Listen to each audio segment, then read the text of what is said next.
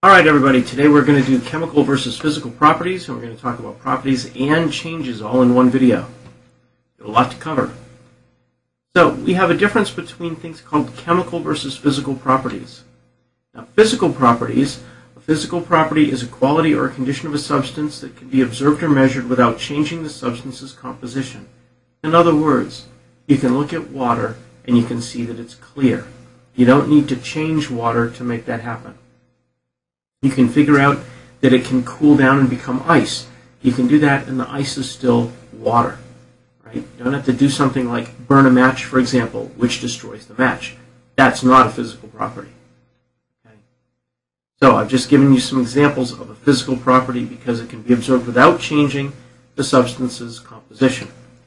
So you can tell how hard something is, what color it is, whether it conducts electricity or not, what its density is, at what temperature it melts or boils.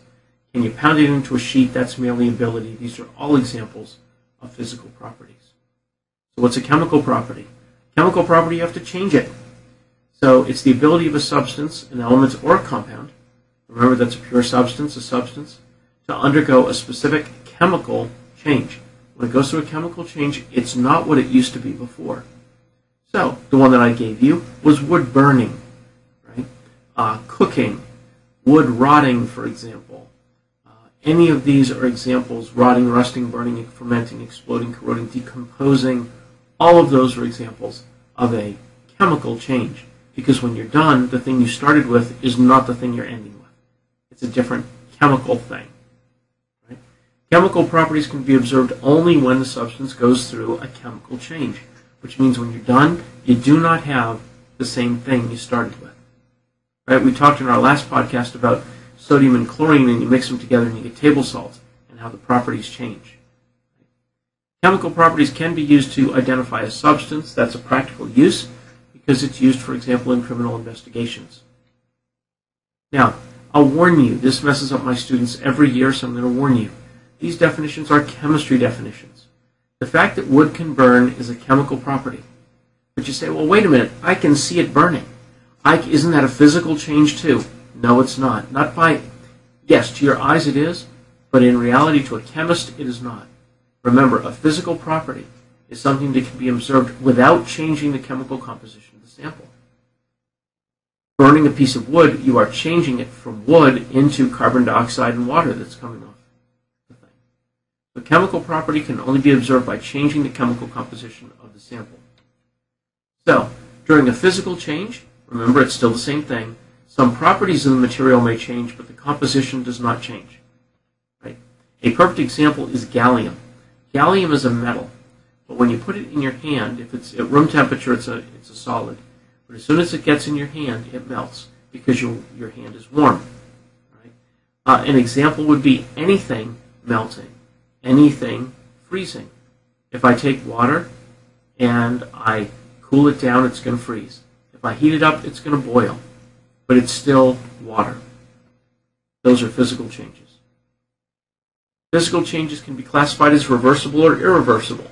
So everything I've talked about so far that's a physical change can be reversed. But here's one that's irreversible. Take a piece of paper and tear it in half. Is it still paper? Sure. Does it still have the same properties it had before? Sure. Will it still burn at the same temperature it would burn at before? Yes. It's still paper. Okay? But you can't put the paper back together the way it was. That's irreversible. Right? So all physical changes that involve a change from one state to another, boiling, melting, freezing, condensing, those are all reversible. However, cutting your hair, filing your nails, cracking an egg are all examples of irreversible physical changes. Now wait a minute. When you crack that egg, it's still physical. You dump the egg in the pan, it's still physical. But the moment you apply heat to that egg and it starts to cook, that is chemical, because then you don't have what you started with anymore. So which one of these are chemical changes? Pause the video, see if you can figure it out, and then come back. All right, wood rotting. Well, when you start with a piece of wood and it rots, when you're all done with that piece of wood, it is different. That's a chemical change. But wood splintering is still wood, so that's physical. Gasoline burning, anything burning is chemical. But evaporating, it's physical. Why? Because it's still gasoline. If you still capture it, it's still gasoline. The Statue of Liberty turns green. The reason for that is it's going through a chemical change. But if its welds are cracking, those are still metal, that's physical. A candle burning, remember anything burning is always chemical, whereas something that is melting, you can unmelt it, you can resolidify it, that's physical. All right, we'll talk about chemical reactions for a minute. You should know most of this. Chemical reaction, the ability of a substance to undergo a specific chemical change is called a chemical property. Okay, we've already said that. So a chemical property can be used to identify the substance.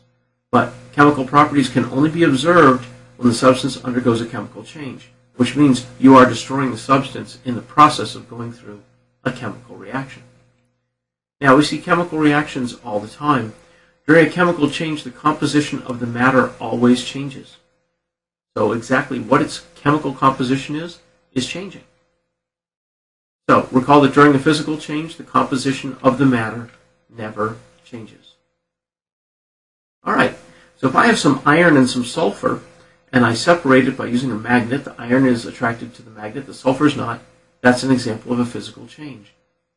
But if I take those things and I heat them up, then the iron and the sulfur bond together. And what you end up with is something which is different, which is you're forming iron sulfide. This is an example of a chemical change. So the chemical change is also called a chemical reaction.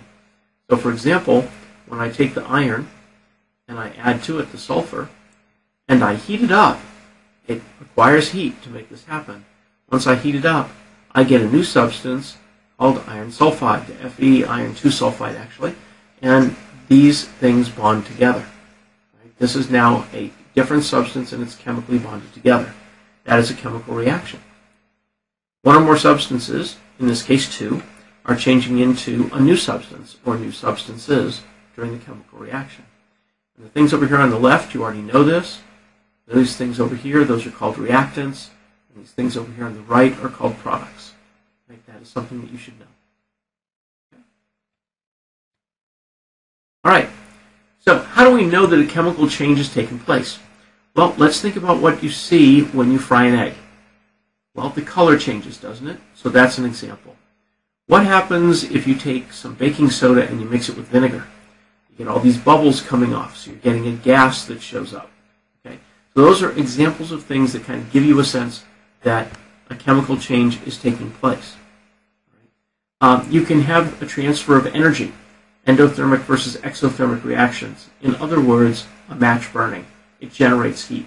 Or potentially something that absorbs heat is an example. Change in color, we said, the production of a gas. The formation of a precipitate. A precipitate is a solid. So one perfect example of that, which you may not be aware of, is the creation of cheese, which is the thing you're seeing on the right here. Right? Over here, this is when they make cheese. These are called cheese curds. And if you're from Wisconsin, you're very familiar with these. And when you make cheese, it precipitates.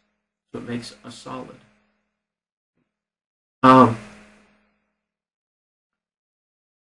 right. We also have a law of conservation of mass you need to be aware of. That when you go through a chemical reaction, the mass of the products is always, I can't say that enough, always equal to the mass of the reactants. Right? You say, wait a minute, do I really believe this? What happens when I burn a piece of wood? Well, when you burn a piece of wood, you have a match. And the match burns. What are you left with? Well, you're left with a little bit of ash, nowhere near as much. So you say, well, it doesn't weigh as much. Well, you're right, it doesn't, because what's come off is carbon dioxide's come off and water's come off. Well, you lost that. So if you did this in a container and it was all sealed, you'd find out that none of the mass was lost. So here I have a chemical reaction where I'm taking two liquids and I'm pouring them together to make one over here, and it's changed color. You'll notice it looks like there's a cloudy precipitate in there as well, but you'll notice more importantly that the mass, which is down here on the scale, the masses are identical.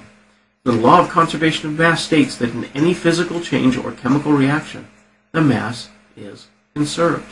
And we can see how that happens in this example down here. Now, the same thing is true about energy. Energy is neither created nor destroyed in any chemical reaction. We simply change its form. So what's happening is, in a match, you have energy that is stored. It's called potential energy. It's called chemical energy. And that energy is coming off and being released as heat. But again, you have all that energy. You're not really creating it, nor you're destroying it. It's just changing form from potential energy into heat energy. So, law of conservation of energy and the conservation of mass both go together. All right, so our summary here, you have chemical properties and physical properties, which you need to be able to understand what's what.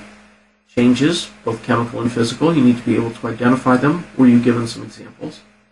You need to know what the 4 indicators are of chemical change that are very common, things like a gas being produced. And you need to know the law of conservation of matter and energy. All right, that's it. Make sure you've been taking notes. If you haven't, go back and do it because we're going to check them in class. Please make sure you do the worksheet. I'll see you in class if you have any questions. Have a good day. Bye.